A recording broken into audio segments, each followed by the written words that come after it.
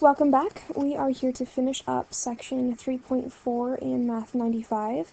We are going to continue talking about slope. So far, we have found the slope of a line given 2 points. We have found the slope of the line from the equation. We've talked about what the slope means inside of an application problem. And we've also talked about the slopes of horizontal and vertical lines.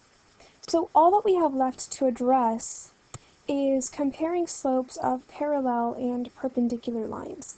And that's going to require a little bit of a vocabulary lesson. Before we get there, though, I want to summarize slopes so far. So we're just going to jump right in. If I talk about this red line, I could find the slope of this line using my m equals y2 minus y1 x2 minus x1 equation, but I want to just summarize this. What I can tell as I read my graph from left to right is that the red line's y value is getting smaller. So we say that this graph decreases, and that means it has a negative slope. If we did the slope formula on this equation, the m equals y2 minus y1 over x2 minus x1, if we did that equation, we would get a negative value. So once you realize that, you could glance at this type of line, immediately know that you need to get a negative value out of that equation. For the green line, as I read left to right, its y value is increasing, which means it has a positive slope. Again, we could calculate it using the formula, but I just want to generalize. As my y value increases going left to right, my slope is positive. The black line we just talked about, it is the horizontal line, and it has a slope of 0.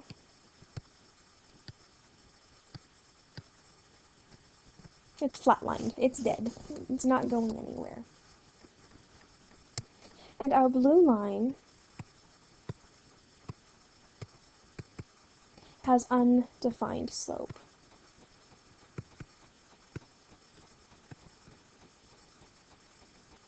So that's just a little summary. If you see these types of lines in your homework or on a test, you should get an idea pretty immediately about what the sign of the slope should be, if it should be 0 or if it should be undefined, which might help guide you to find errors when you are calculating your slope.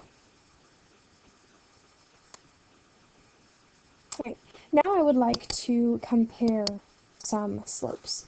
I'm going to show you a slight shortcut for graphing these equations. What I want to do is I am going to first start with graph f. I want to start at my vertical intercept, and I don't have it written here, but the constant that I've added is 0. So what that means is that my f of x graph has started at 0, and then it has gone up 3 over 1, because my slope is positive 3 over 1, up 3 over 1, up 3 over 1. It's also gone down 3, left 1, down 3, left 1, down 3, left 1.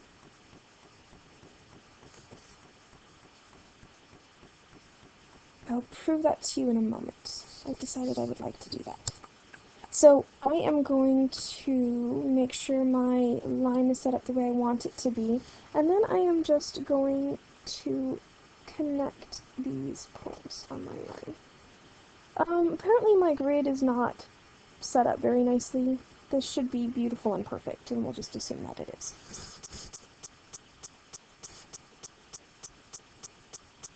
So for g of x, I've got 3x minus 4. I'll do that in my blue color. Again, I've got the slope of 3 over 1. I've got a vertical intercept of negative 4, which means I'm going to start 1, 2, 3. I'm going to start down here. So I'm again going to go up 3 over 1, up 3 over 1, and just do this several times. I like to do it many times. It just helps me get a really nice idea of what my line will look like. And then I will graph my line. I messed up my settings, so I have to select them all again.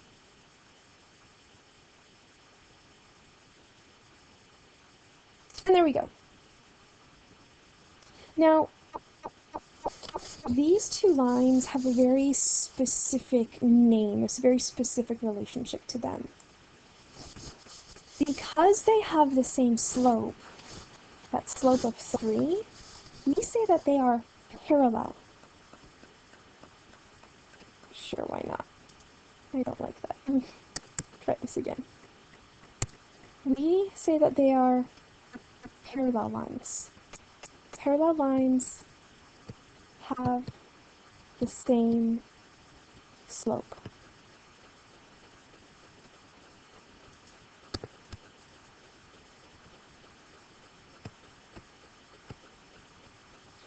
There is one extra piece, though. And different vertical intercepts.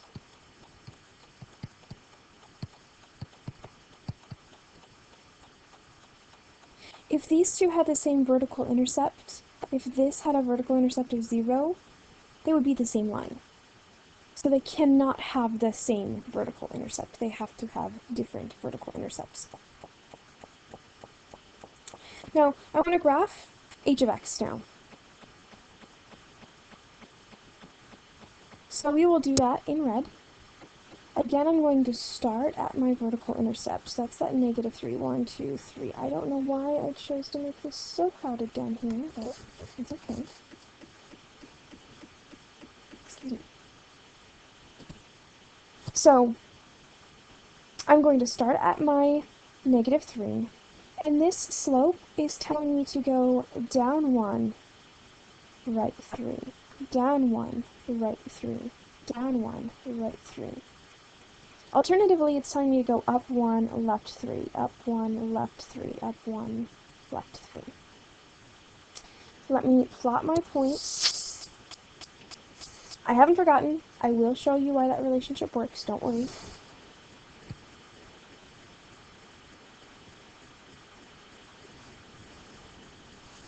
Now, the word perpendicular implies that the angle between these two lines is a 90-degree angle. That's where you will see the word perpendicular in the future. For this class, all that we are concerned about is the relationship for the slopes. Perpendicular lines have, okay, this is going to be lots of math words, well, 2 math words. Opposite, reciprocal, slopes. What that means is flip the fraction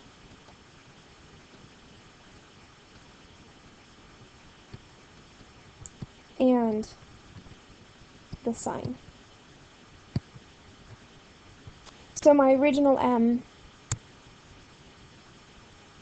was 3 over 1. So to find the opposite reciprocal is going to be flip the fraction, flip the sign. We'll practice this in a moment. I did that one in red, just to make sure I show that. I think I talk about this more on the next slide. A little bit. So before I get to this next slide, I do want to justify my case for the positive and negative, the up and backward. The thing I've been saying I was going to do. So hang on one second while I gather my thoughts. Let's see, move you there, move you there. So I just want to do a little bit of fraction magic. Do this in a different color. This negative 1/3, I could think of as a negative 1 over 3,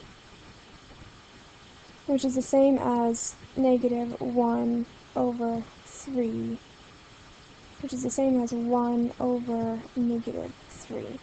As long as only one of them are negative, then I get the same thing out. So this tells me to go up 1, right 3. This one tells me to go, I said that wrong. This one tells me to go down 1, right 3. This one tells me to go up 1, left 3. So negative 3 in the x direction, positive 1 in the y direction. Negative 1 in the y direction, positive 3 in the x direction. If I looked at that for the 3 over 1, 3 over 1 is the same as a negative 3 over negative 1. 1. A negative over a negative is a positive. I said positive 3 in the y direction, up 3. Positive 1 in the x direction, right 1. Negative 3 in the y direction, so down 3, and negative 1 in the x direction, left 1. So the negative sign tells you which way to go on your coordinate system. So, little justification for you. Okay. You, in your homework, will be asked quite often to find out if slopes are parallel, or perpendicular, or neither. So in order to do that, we want to get back into our y equals mx plus b format. So we need to do that for all of our slopes. And I might not have enough room on this slide. Actually, I'm going to go ahead and duplicate this a couple of times. Hang on one second while I give myself plenty of room to work. Clone page, and again, clone page, and we'll come back up here and we'll work. Okay, so, oh, that's not what I wanted. That's not what I wanted either. Try again. There we go. We'll move these guys over here. I'll deal with B and C on the next 2 slides. But for A, I want to get both of these into slope-intercept form. So 2x plus 5y equals 1. Subtract 2x from both sides. I'm going to get 5y equals negative 2x plus 1. And when I divide everything by 5, I get y equals negative 2/5 x plus 1/5. Leave these in fractions. I haven't said that yet, but it's very important that you leave these in fractions. Leave your slopes in fraction form. So this is our first equation. Our second equation in green. The next one we have 4x plus 10y equals 3. Subtract 4x from both sides. Negative 4x plus 3. And divide everything by 10.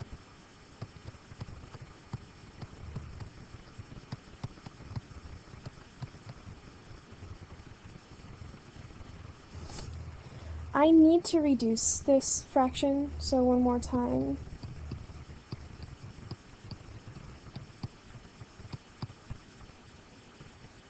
And this is my second equation. So my slope up here is at negative 2/5. My slope down here is negative 2/5. These slopes are the same, so these two lines are parallel.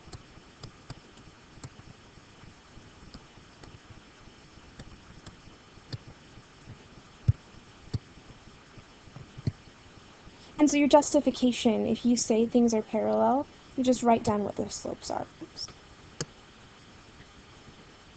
Let's try B and C. So we've done A. So A can... Actually, we'll just work on B, because he's over here all by himself. So we'll bring him a little bit closer, and we'll start. So I have x minus 4y equals 3. I want to get y by itself, so I'm going to subtract x from both sides. Negative 4y equals negative x plus 3. Divide everything by negative 4.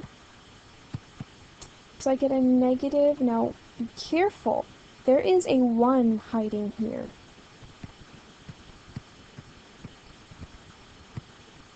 So that gives me a 1/4. And I want to just simplify the way this equation looks. So I'll say y equals 1/4 x, and then this turns into a subtract 3/4. That's one of my 2 equations. And I'll do the other one. So I've got a 3x, let's try it up here, 3x plus 12y equals 7. Subtract 3x from both sides. 12y equals negative 3x plus 7. And divide everything by 12. Y equals negative 3/12 x plus 7 over 12. Now, this needs to be simplified. 3 can go into 12 4 times. So y equals negative 1/4 x plus 7/12. Now I want to compare my slopes. Don't forget, that's what we're actually looking at here. So this m is 1/4, and this m is negative 1/4. So these two slopes aren't the same. Their signs are different, but they're not the reciprocal of one another. So this set is neither. And you can just box your slopes to show me why they're neither. Maybe, I don't know, point an arrow to the negative sign or something like that. We have one more set to look at.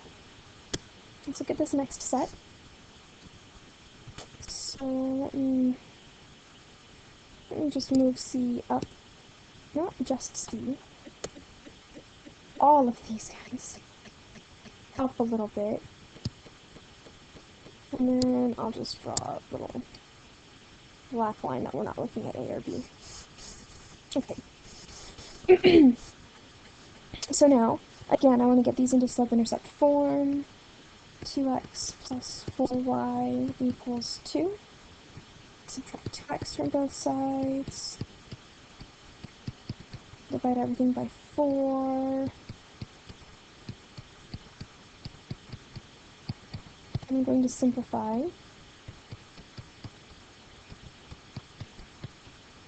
So there's that first equation. Y equals negative 1/2 x plus 1/2. In my other equation, oops, I'm going to get a different color so it stands out. Let's do, I don't know, I'm getting bored of these colors. Let's do green. I've got 2x minus y equals a negative 10. Subtract 2x, negative y equals negative 2x minus 10. And divide everything by negative 1. Be careful with this one. So I'm going to get y equals negative 2 divided by negative 1 is a positive 2x. Negative 10 divided by negative 1 is a positive 10. And that is already simplified. So this slope is 2. This slope is negative 1/2. So I would like to be able to prove something about these. I want to be able to prove that these two are opposite reciprocal. So there is a way that you can do that, and I'll put this on the slide before when we talked about perpendicular slopes. If you multiply your two slopes and you get -1, you know those slopes are perpendicular. So if I take m1 times m2 equals -1, this implies that those slopes are perpendicular. So if I take my two slopes, -1/2 times 2/1, multiplying fractions straight across, -2/2, which is -1, they're perpendicular. These two are perpendicular.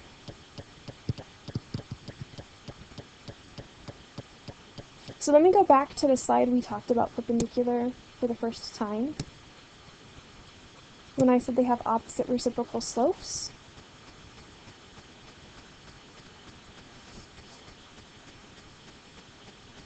The book will say that the product of the slopes is -1. So m1 times m2 is -1. The only way for that to happen is if the slopes are opposite reciprocals of one another. So, a bit of a clarification there. So that's all I have for section 3-4. You should be prepared to work on your homework and finish up this week's lesson. Don't forget all of the things that you need to be doing, your reading quizzes on Moodle, your journals, and that should do you for the week. Have a great weekend.